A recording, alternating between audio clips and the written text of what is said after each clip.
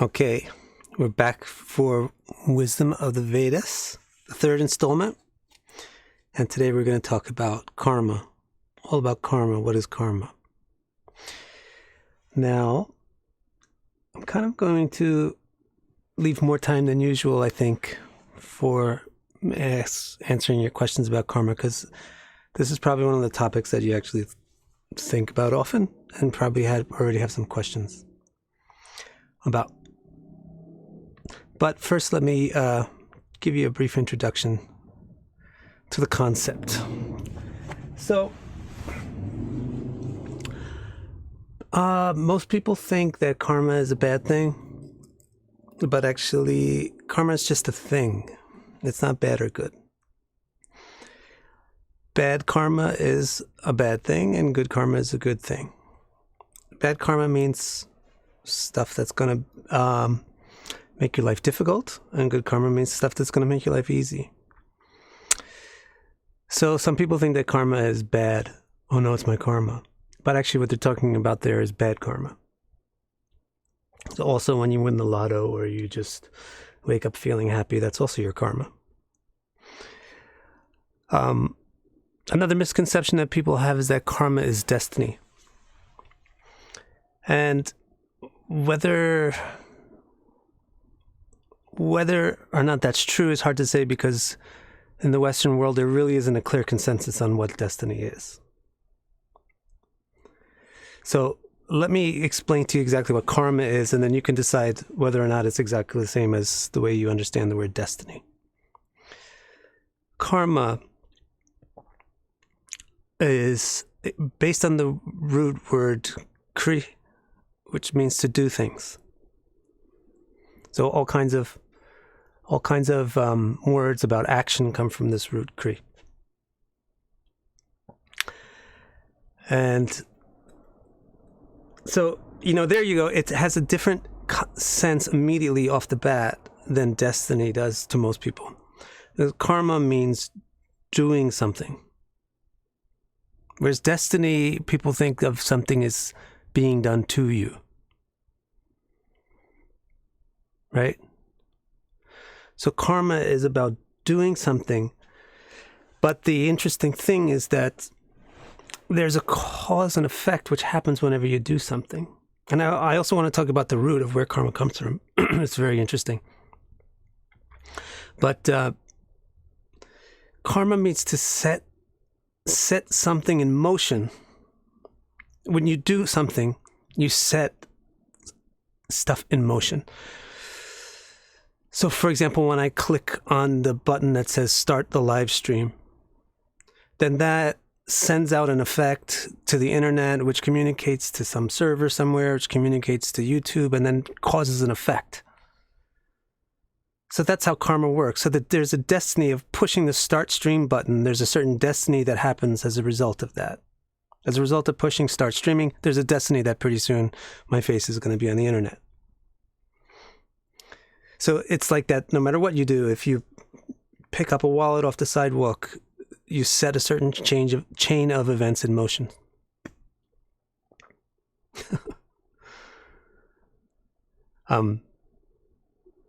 Sorry, Eddie. You guys so you need to learn basic language stuff before you start experimenting with words, but it's not arma and then karma, dharma, etc. Karma is based on the root kri.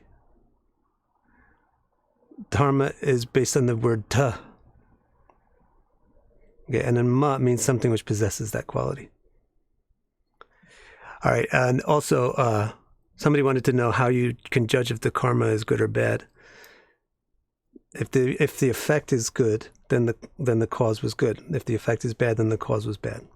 Well, the effect is always related to the cause. Just like I'm not going to get this live stream to start by pushing the stop stream button. I'm going to get it to start by pushing the start stream button. And then what's the definition of good and bad? Karma is very simple. The things that make your life easier and more pleasant are good, and the things that make your life more difficult are bad. And those are related to actions that you were wrong, that were things that you shouldn't have done. You shouldn't have done it that way. Okay? So that's Krishna's basic definition of karma in the 8th chapter of Gita is bhuta, bhavod bhavo karo, visarga karma sangita. Bhuta means stuff. So karma is the way to create stuff. It's very interesting what karma really is. See, now Yuyi wants to know, how does intention play into it? Intention is everything. It's the action. So what causes an action? This is why actually the scholars who analyze karma have said that karma is rooted in your desires. Because the desire is the thing which motivates an action. What you want is the thing that motivates what you do. And what you want is based on who you think you are. So it's really all comes down to the vidya or avidya about who you are. How much you know who you really are or don't know who you really are. That your desires will either be profitable or not profitable and will produce good or bad results. So the intention is everything. The intention in your life is everything. It's what you intend to do with yourself. That determines what actions you do. And then that determines what happens as a result. How do you decrease or get rid of bad karma? Jen O'Neill wants to know. Easy. You get rid of the avidya. The easiest way, the most important way is to get rid of the avidya or the ignorance or the lack of knowing of who you really are. Okay? And then your actions will start to be in harmony with who you truly are, and then they will produce good results. So basically, it's actually quite difficult to do that because most people, it's very difficult to understand non-tangible things like who am I? So although that is the root way of getting rid of bad karma, a more practical and effective way for most people is to do things that are prescribed as being good. Like do things that are helpful for others rather than primarily helpful to yourself. So give charity to people, give your time to people, give your attention to people. Just for the sake of giving it to them, not for the sake of that they're going to give you something back. Then that's good karma, and that changes your balance of good and bad karma. That's the basics.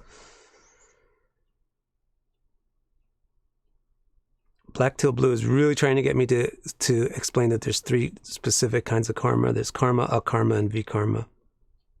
This is how Krishna breaks it down in Gita. Karma actually means a proper action, which generates a good result. Vikarma is the thing that we usually call karma now in English. Vikarma means an action which shouldn't have been done and generates a result that you really don't want. And akarma means not doing anything at all.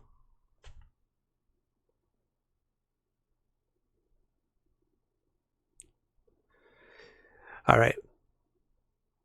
Kami-sama, that's what I said. Being of service helps burn off karma, right? You do things that are meant to benefit society or your family or other people.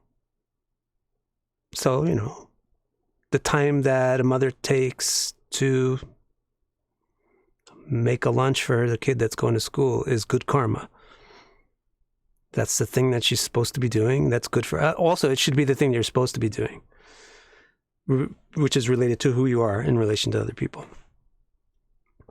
The kid who takes the time to do his homework because there's a student is doing good karma. Okay? Now, Iowa wants to know why they confuse karma with past lives. It's not a confusion. It's because look at the definition of karma. Bhuta, stuff. Bhava, to come into being. So karma makes stuff come into being. Bhuta, bhava, udbhava. Karma actually doesn't directly make stuff come into being, but karma is the thing that creates the stuff that makes stuff come into being. So it's karma, bhuta, udbhava, karo, visarga, karma sangita. Karma is the indirect or visarga creation of things. By an action, you set a chain of events in motion. Bhuta udbhava, bhava udbhava. It's a chain of bhavas. It's a chain of events, cause and effects, that gets set in action, that gets set in motion by an action that you perform. Karo. By an action. So you get an action, and it sets a chain of events in motion, which generates effects. So why does it have to do with past lives? Because these chains of effects can be very, very, very, very long. And very, very, very ongoing. And it's like if you would be able to analyze the world in the same way that people analyze computer programs and how many computations are going on, how many actions you're doing, you are doing like thousands of karmas every minute, every second probably. There's different things that you're starting and doing and thinking about and changing your feeling about.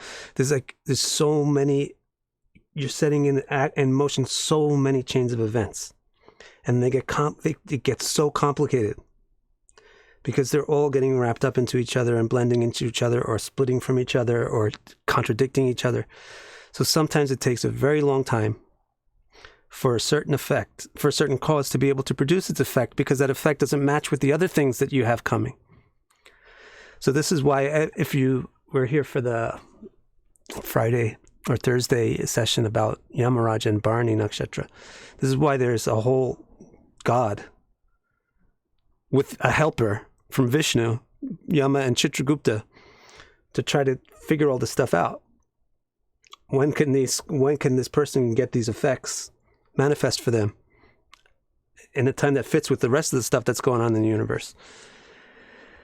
So just because you help an old lady across the street today doesn't mean that you'll win the lotto on the same day. But it does mean that you will win the lotto on some day by doing good deeds. And so a lot of the things which are manifesting in this life aren't from causes that were done in this life. And furthermore, the starting point of this life is determined by actions from previous lives. So this is why karma is mixed with reincarnation inescapably, although it doesn't have to be theoretically. You can see it and just, I push the start stream button, and then a couple of things happen on the internet, and then the streaming to YouTube starts. That's an example of karma. That's right there, immediate. Or I went to school, I studied hard, I got a good grade, I passed, and then I got this job. You can see a chain of events of karma right there in one lifetime. But karma can also be very complicated and take years and years and lifetimes to unfold. You see, so I was right. You guys have lots and lots of questions about karma.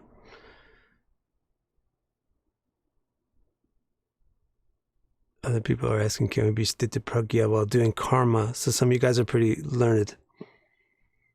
Krishna's advice is for you to do karma wisely, which means sthita pragya.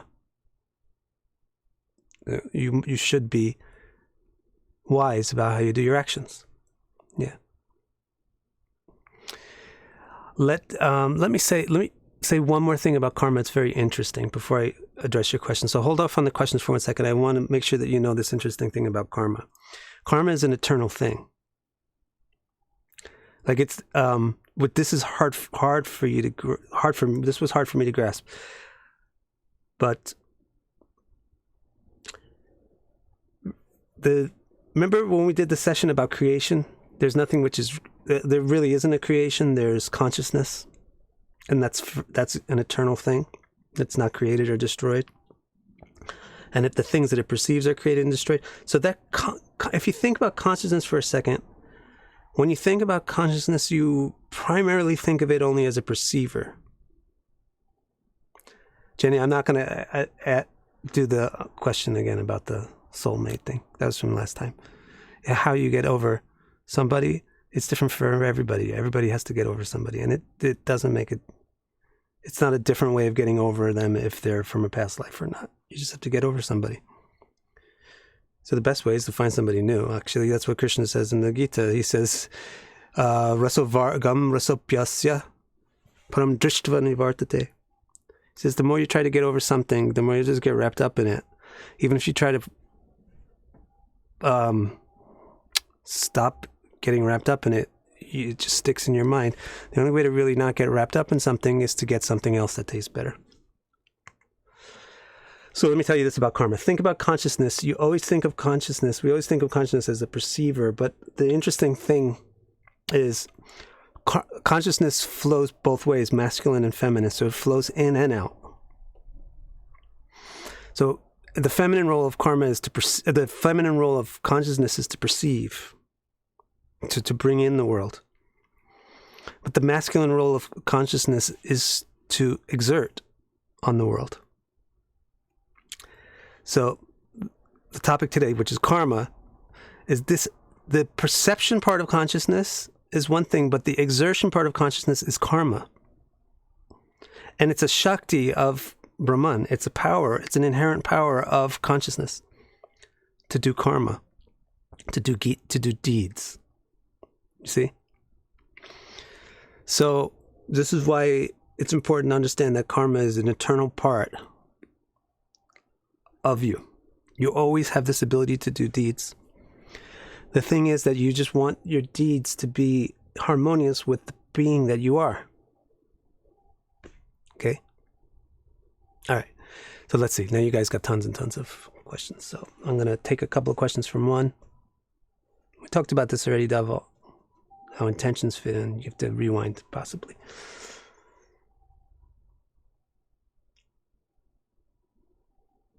Okay. And then what I want you guys to do is, I get the feeling that you guys ask the same question over and over again. So that worries me that you may not be listening to the answers. So listen as carefully as you speak. The biggest problem with our minds is that they're not quiet. Okay, so because your minds are full of questions. I love questions. I think they're great, but sometimes I notice that the questions are just, they've already been answered. So the biggest problem with the mind is that it's not quiet. If you're thinking too loudly, you're not listening carefully. Right. So maybe the answers are already being spoken to the questions that you need to ask. So let's see. Let's go through some of your questions. Can karma be fixed? See, we already talked about that. What if you set something in motion and then it's going to produce a certain effect?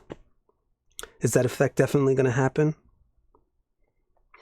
So here's where we should understand the purpose of karma. All right. The purpose of karma, that was a correct one that you said, Mary. The purpose of karma, in terms of, what's the purpose of getting a bad result from a bad deed? What's the purpose of it? Why not just give good results for any damn deed? Well, the purpose of a bad result for a bad deed is that you should be able to function as the thing in which you are. Right? You should be able to function as the thing that you are. You have a certain role to play in the divine reality. You should be able to do that. So the purpose of karma, rewarding you for things which are getting you closer to who you truly are, actions that are more truly in harmony with the nature of who you really are. The purpose of that is to encourage us to discover who we really are. And the purpose of giving negative reactions to deeds which are not in harmony with who you truly are is to discourage us from not knowing who we truly are. So it's not a random thing like somebody doesn't like you or somebody wants you to perform in a certain way, so they smack you when you don't.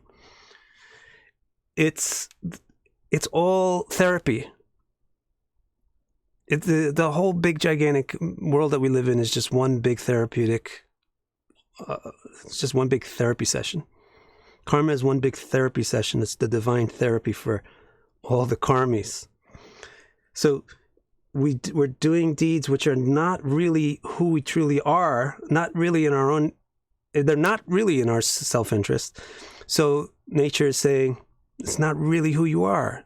I want to dissuade you from that, so I want to give you a pinch or a spanking or something for this action. And if your action is really a piece of shit, really not right, then I'm going to give you more than a pinch. I'll give you a really hard smack. So now go back to this question of, if you perform a karma, and let's say you perform some horrible karma, like you really mistreat your kids, and so your destiny as a result of that is horrible. You're going to be, it's easy to imagine you would be born in a really shitty family. So is there any way to change that? Like, you've already performed that previous action where you really mistreated your kids, and so now you're stuck in a situation where you got a horrible family life. And is there any way to change it? Yes. Because the purpose of karma isn't just to give tit for tat. The purpose for the karma is for you to evolve. So if you evolve, then the karma dissolves. It's exactly like the way the mother or father parents the child. This is all that's going on. Like, I could describe it as a therapy session, or I could also just describe it as parenting. It's just the universe parenting us. That's what karma is. So let's say that you have a daughter who does something bad. So the parent gets really upset with the daughter for doing that bad. And if the daughter is like, there, no, it's not, I didn't do it, blah, blah, blah, then the punishment gets worse. The parent gets more angry. Right? So it's the same thing with karma.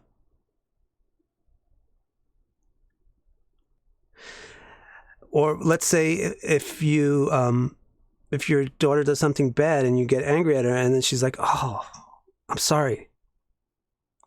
All of a sudden you're like, oh, okay. Well, I guess I should give you this little punishment just so that you know, right? So that's the way karma works, exactly like that. So if you start to learn the lessons proactively, then the punishments from nature lessens. Okay, that's important to know. So it's not exactly that you escape it, but you accomplish the result of it. So the sooner you accomplish the result of the karma, the faster the karma is done. You understand? So your remedy is to understand the cause of the karma. And that's why all bona fide remedies are to do good deeds. Okay?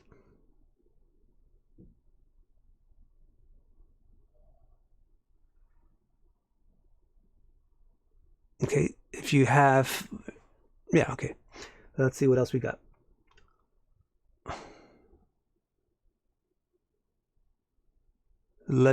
People want to know, how do you see your karma in astrology? That's the only thing that you see in astrology. You just see karma. Okay, make sure you watch the video from the beginning, because the first thing that I said was the common misconceptions of what the word karma means.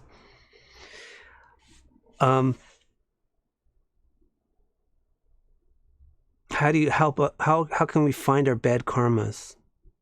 You don't need astrology to find your bad karmas. All you do is see what things in life are causing you distress, and now there you know your bad karmas. And people want to know, what did I do? It's not important that you know that you do, otherwise you would remember it. That part is not important. The part that's important is that you look at the stuff that's causing you distress, and you think, what am I doing right now? Or what would be the antithesis of this? And then and let me do that. So for example, if you're suffering from not having a job, then what can you do? That's the antithesis of that. A couple of things. You do whatever responsibilities or jobs you do have, chores, whatever, you do those very well instead of slacking on them. Instead of letting somebody else cover your service.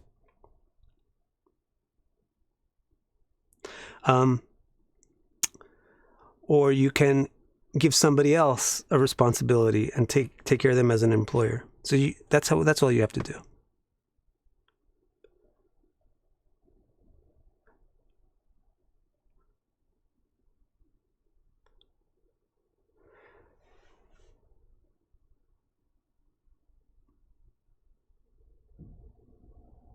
Okay, great. So let me look over here and see if there's questions on Instagram.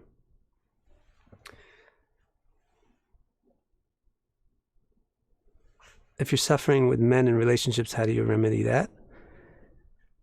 You have to just think, what's the antithesis of this suffering that I have? Somebody is not paying attention to me. Somebody is not taking care of me the right way, right? So what you have to do is you have to think now, who are all the people in my life right now? People, places, things, animals, humans, that need me to give them the thing that I am not getting from this relationship with this guy. And then you just give that to them. You guys, you gotta believe me. This works. This works. If you're poor, give money. Give money to a good charity. Like, go give money to like somebody that's really good. Somebody that's really trying to do something good for society. Like give money to protect children, or give money to protect cows, or give money for something sacred. You won't be poor.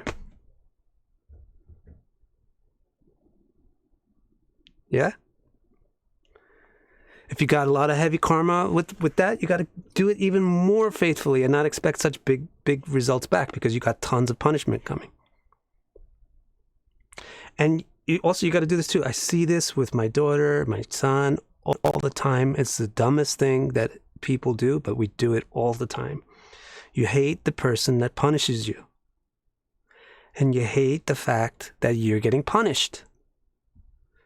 Because you got an ego the size of the universe. And you refuse to admit that it's okay for you to be punished, that you did something wrong.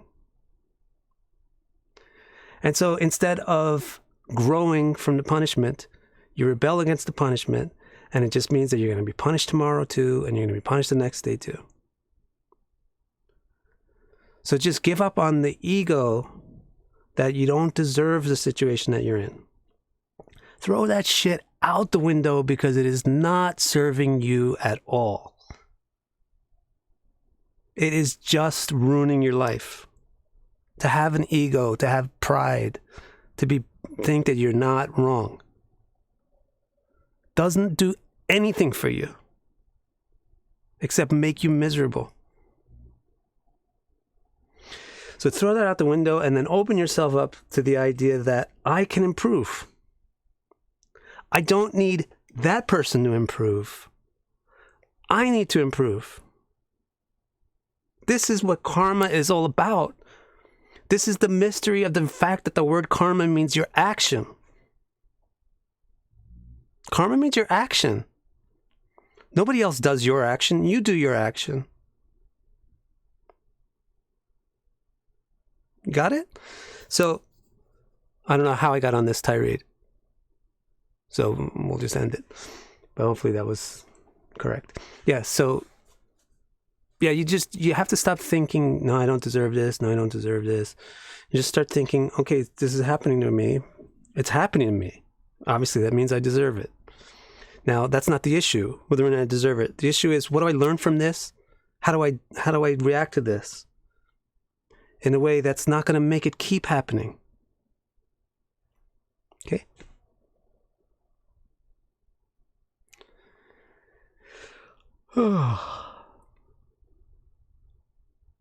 All right, let's see. What else we got? Any other questions?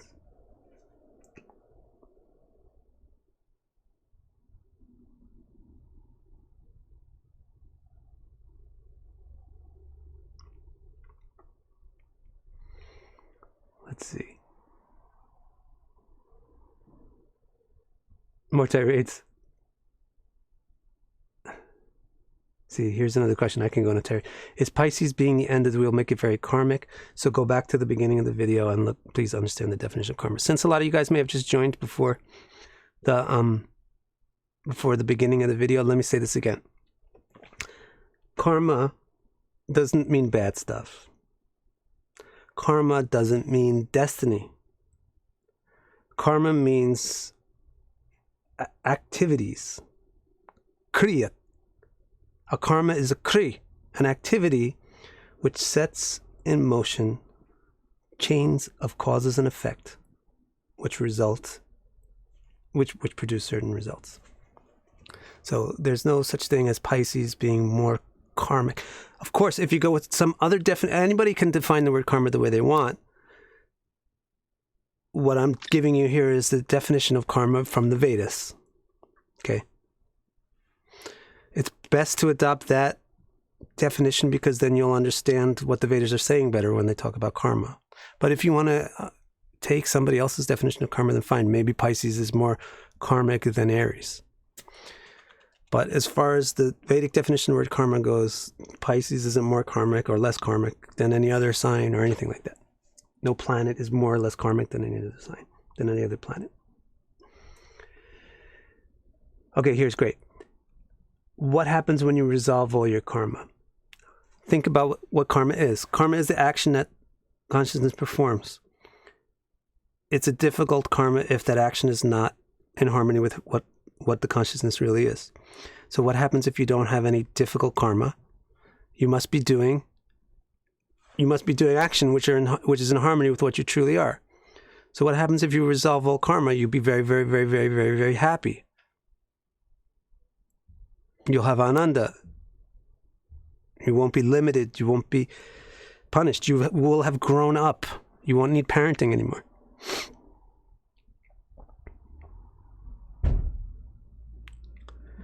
I've heard that no matter what spiritual practices or remedy you do, prarabdha karma has to be faced and can't be changed. So what's a prarabdha karma? Prarabdha karma means the karma has made its effect. So somebody's saying, like, for example, let's say you have cancer. So that's a prarabdha karma. The result is already manifested. And this person, Sharmaji, is saying, I feel that, I've heard that nothing can change the prarabdha karma. So that's correct. Nothing can change the prarabdha karma because it's already done. It's already manifest. But that's very unimportant, really. See, this is the other problem with people, is that we're so materialistic that we think that the manifest results of things are really important, and they're actually not. So you can have cancer and somebody else can have cancer, but your quality of life can be totally different than that other person's quality of life. Just because two people have cancer doesn't mean that they both experience the same thing.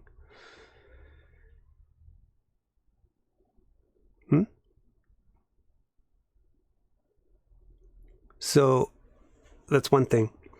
It's not really that important what your prarabdha karma is. What's important is what your experience is, what you're experiencing through your vidya or avidya. So even if you have prarabdha karma, which is difficult, you won't be burdened by it if you're doing spiritual practices correctly. Okay? The other thing is that your prarabdha karma changes all the time. Do you think prarabdha karma is going to last forever? Prarabdha karma changes at moment to moment. So you can't change the prarabdha karma in this moment. But aren't there people that cure cancer? Some people get cured of cancer, for example. So you cannot change the prarabdha karma in this moment, but you can change what's going to be in the next moment by your actions in this moment. So technically speaking, you can't change a prarabdha karma because it's already happened. But practically speaking, you constantly are changing your prarabdha karmas. Okay. Can chanting help?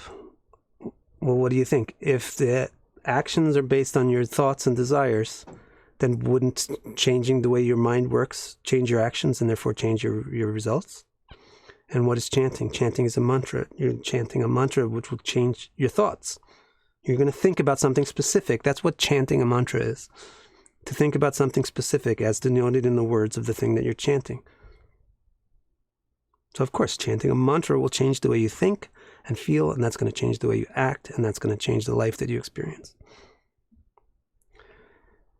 Meat eating wasn't the Vedic way, a meatless diet. It wasn't entirely meatless. But meat eating, vegetarianism was solidly, highly recommended for anybody who wanted to have a karmically or spiritually progressive life. But it wasn't entirely meatless. But definitely, if you want to improve your karmas, you really ought to stop eating meat or make steps towards that. Because think of what you're doing to animals. By eating meat, you're actually killing them just because you like something. You like a burger or something. So that's really a crappy activity. That you have no concept of who you really are and how you're connected with these other creatures. And who those other creatures actually are. So it's a simple thing. People, this is why also, like, you have to drop the ego of, why would I deserve this? If you could really see the activities that you're doing, how horrific they are from an objective point of view. Simple things, just like what we eat, what we drink, when we press the switch on to turn on a light. Using the internet, all this stuff is like so exploitive of the earth. If you could see it raw in an objective form, how harmful we are to our whole unit, you would not be surprised at all that you get a backache or that you get a disease or something, or that you have a bad relationship. Because our activities are awful.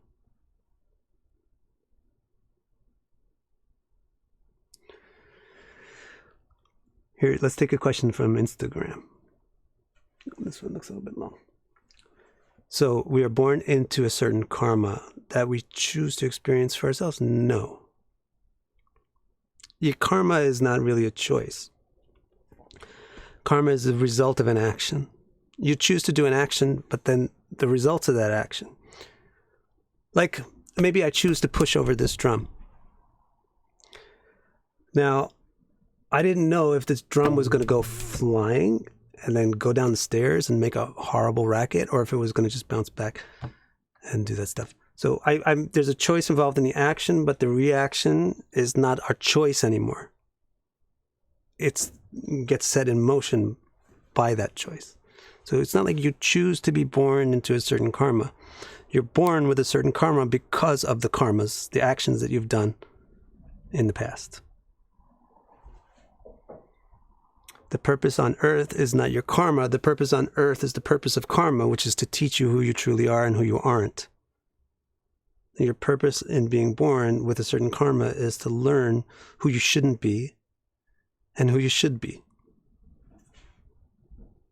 Okay?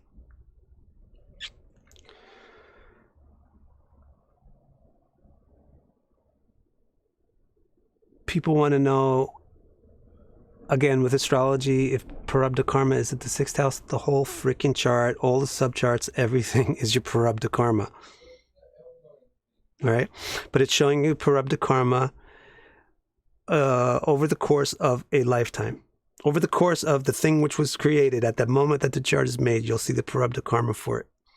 And there's tools, there's astrological tools to see when the Prarabdha karma, to see, I wish it was that easy, to hypothesize when the specific karmas will manifest over the course of that lifetime.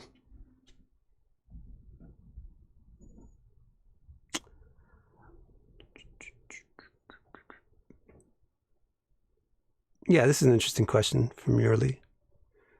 They say, I'm happy in some areas of life, but not happy as in others. So it's different karma at the same time. Yeah, exactly. Exactly, because you're doing a whole mixture. Life is so complicated. People are complicated. There's no just bad guys in black hats and good guys in white hats. We're doing all kinds of things, which, like, I'm using electricity right now. So God knows what kind of bad karma that I'm generating by using this electricity, frankly. Because God knows where this oil comes from and all that stuff. But the purpose of doing it is to try to share this information about karma.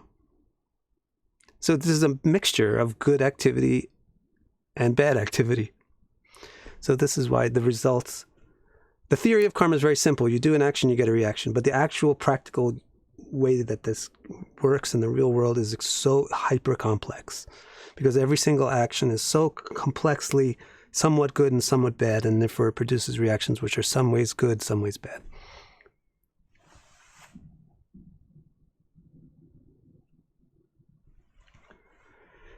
What else we got here? Okay, here, Kami-sama on Facebook asks, what about karma that seems to be entangled with another person's life, behaviors, etc.? So right, there's certain activities that are done as a group. So there are also karmas which are shared. Like a whole nation, actually. Like if you're a United States citizen and your country goes and invades another nation, it's not like you were the president or it's not like you are one of the soldiers or something. You don't get the same karma that they get. But just for the fact that you're a part of that group that pay taxes to fund the thing, to make the weapons, whatever, you get some of that karma, some portion of that karma.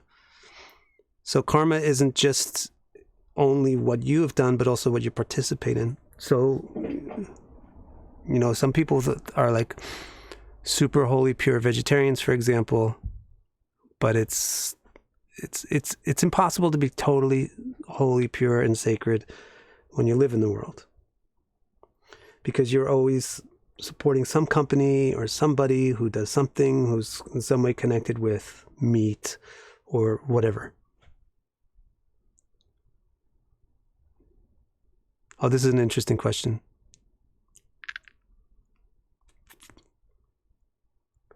This is an interesting question here. Do animals create or have karma, or is it only human beings that can create because they have the choice of their actions? So this is very interesting. It's actually everybody has karma, otherwise they wouldn't exist, because karma is the force that sets in motion the things which make reality. Bhuta, bhavod, bhavo, karo, karma. So anything that has a form has a karma. So animals have a form. They have karma. Gods have forms. They certainly have karma, therefore. But not everybody creates karma. It has to be created by an action that you do, that you intend. Right? So, just like I said, if your country goes to war, and you're just a regular citizen, you do get some portion of that karma, but it's for all those people that get killed. But it's very small portion. So similarly, animals have some volition in their choices and things like that. So they are generating small amounts of karma. But mostly, animals don't make terribly important decisions at all. And they basically perform... What animals basically do is experience life. This is why it's actually sometimes kind of a vacation to be born as an animal, because you're relieved of the burden of having to make these decisions. You just react. It's inherent or instinctive reactions to things. Somebody treats you this way and you start to respond to them that way. A lot of human beings live like that too, but it's not really a good thing. So animals aren't really generating karma. They're just experiencing the results of past karmas. And also, the superhuman species, which are said to exist in the Vedas, also aren't generating much karma at all. though it's a little bit more than animals. They're mostly just experiencing the results of karma. The human life is the karma factory. This is called karmic kshetra. Human form of life, and the planet Earth, or the Bhulok, is called karmic kshetra, because this is the place where, compared to the other species of life, skyrocketed amount of karma is generated as a human being. So it's your chance. Don't screw it up by doing bad karma.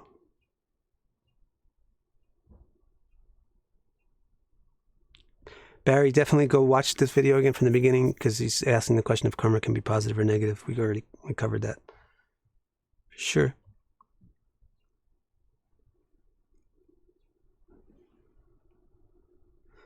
Let's see if we got any other.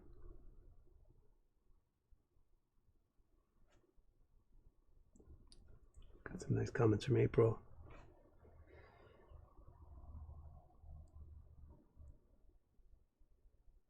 Yeah, to end suffering is to end karma in a way, actually. So bad karma is what causes suffering. Let's see what else we got here. I'm going to end on time today because I have a meeting to go to.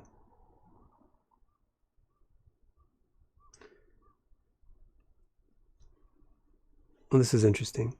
We did karma in this physical world. Why we experience hell or heaven with consciousness after death? Why can't we experience everything result of bad karma and good karma in the next birth? Well, why don't you ask Yamarash? Because it's very complicated, and only he knows how complicated it is. First of all, your physical world is not the physical world. The physical world is where the mental world makes a tangible form. So the physical world is not different from the mental world. The physical world is just a tangible layer. It's the mental world with a tangible layer to it. So the first part of your question is, we did karma in the physical world. Why should we experience it in a non-physical world? So the first part of your question is a little bit wrong. You didn't just do karma in a physical world. The root of the karma is in the mental world. It's your intention to act. So you did the karma in a mental, physical, complex world.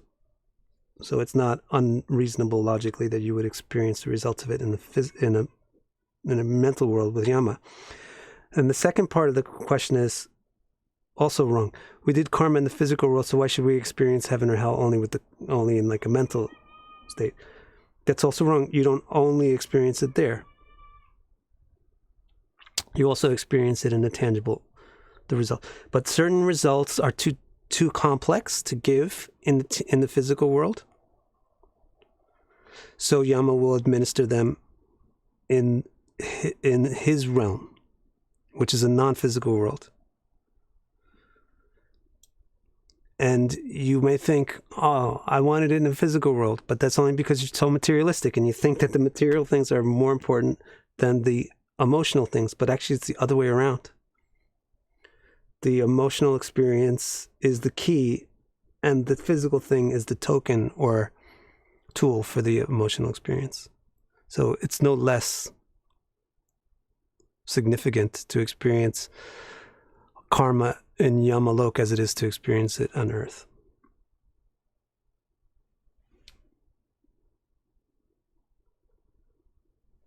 Superhuman species means like the various types of gods.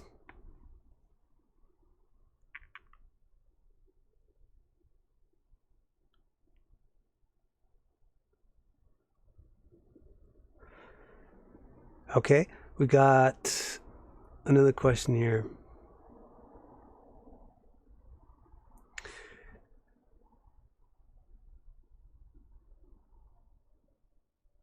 So somebody says they feel like the karmic reaction that they're getting is being sped up. Does anybody else notice that? That would be individualized. It's your subjective view. Here's a question, Trusha Patel. How do you live in the world in a super holy way without creating any karma? Well, you can't really. You can't. But what you should do is do your Dharma. You do what you're supposed to do. And how do you know what you're supposed to do? It's just based on who you are. And you might not be able to know who you are in a deep way, but at least you know who you are in an immediate, obvious way. If you're a student, you're supposed to study. If you're a kid, you're supposed to learn from your parents. If you're a parent, you're supposed to love your kids, take care of them, give them whatever they need, etc. It's not complicated. So you just make sure that you do that the best that you can. It's not about trying to be perfect. You don't need to try to be perfect. It's about trying to be helpful to the whole unit that you're a part of. If you start doing that, trying to choose actions which are, instead of just being the immediate thing that you want, but rather try to do actions which are helpful to the unit or units that you belong to, like your family or your friends or whatever it is, then you are doing good karmas. Nobody can do perfect karmas. This is why it's impossible to achieve moksha through karma. And you can't achieve moksha or liberation by just doing good deeds, because it's impossible to do perfectly good deeds. People have tried. It's recorded in the Vedas. But you actually need some other form of yoga. Karma has to graduate and involve some other forms of yogas, like karma, like Jnana yoga or bhakti yoga. India is not karma bhumi. The whole bhuloka is karma bhumi. Gosh, we got a lot more questions. At the end of life, if we don't resolve karma, will follow us to the next life. That's exactly right. Can it be resolved in the afterlife in the non-physical world? Some of it will be.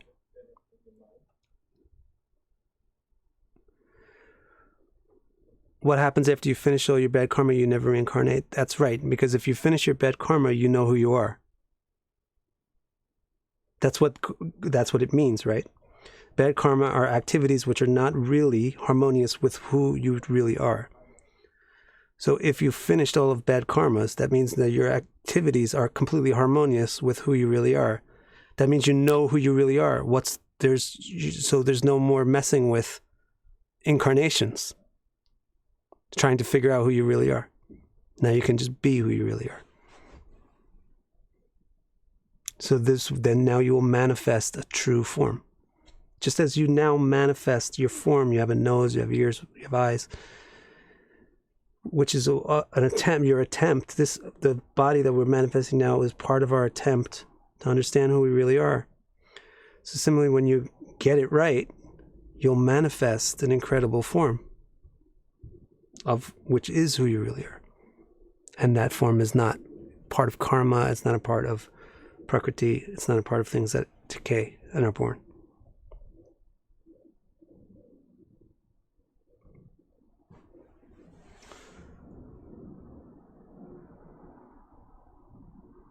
Let's see, I think I can have one or more, two questions.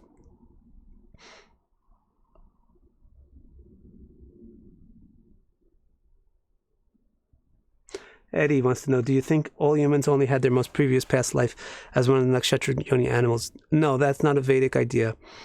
This is interesting. I don't know why this is one of the things I never forgot. I forgot, this is Bhagavad Purana or maybe not. It might be a Padma Purana or a Vishnu Purana statement. But one of the Puranas has this really intriguing statement that I never forgot. That it was described, one of the Puranas describes how the evolution happens through like a personal evolution of reincarnation, like from very like bacteria-like life forms, how it evolves up into like these aquatic things, and then the aquatic things become more complicated fish, and then become et cetera, et cetera. So when it gets up to humans, it says that there are three. Of course, a human may be reincarnated as a human. Gods may be incarnated as humans, but if you're on the conveyor belt of you've been born in an animal species, then what happens there is you get on a conveyor belt. You're going to go through a certain series of births then, and there's three forms of animals that become a human in their next life, but they become different kinds of humans. The monkeys become humans in the next life, but they become simpler humans that are more basic. that just deal with getting a job, and they're not like big changers and movers in the world. If you are a lion, you become a human also in the next birth. And those types of humans are more of the bosses and the managers and the leaders when they become human beings. And if you are a cow, then you become a human in your next life. But now you'll be a very good person, where you'll be taking care of others and trying to learn and teach people. So I always thought that that's so specific and unverifiable, but so interesting and weird and cool. That's the Vedic concept of these three animals only become humans in their next life.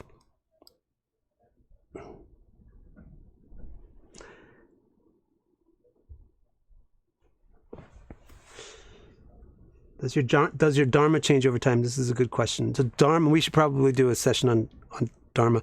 Actually, you guys could leave comments to give me suggestions about what the next topic could be for next week.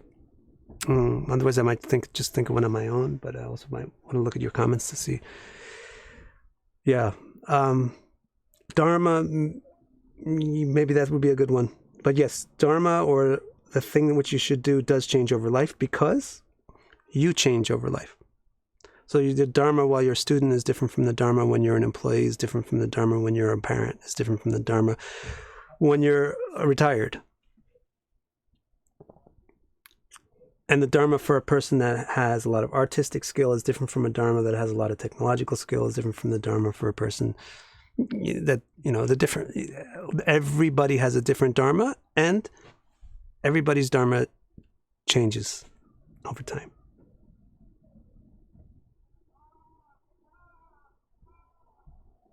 All right, so great. I'm going to have to stop now because I have an important meeting with my daughter's teacher right now. Speaking of daughters and punishments. So, okay. Thank you. See you on Thursday for the next Nakshatra Gods session, and see you next week for the next Vedic wisdom thing. Thanks.